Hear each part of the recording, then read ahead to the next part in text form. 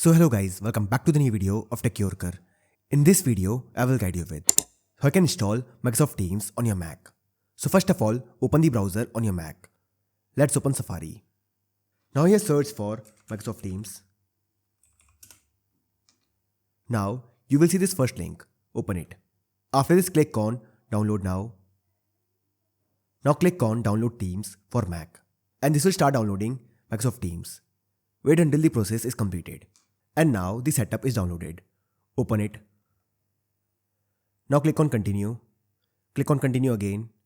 Now click on Install. Now enter the password of your Mac. Once done, click on Install Software. And this will start installing it. Wait until the process is completed. Now click on Allow. And the app is downloaded. Click on Close. Now click on Move to Bin. And that's it. Now this will launch Microsoft Teams. You can log into your account and start using it. So this is how you can install Microsoft Teams on your Mac. So I hope you find this video useful.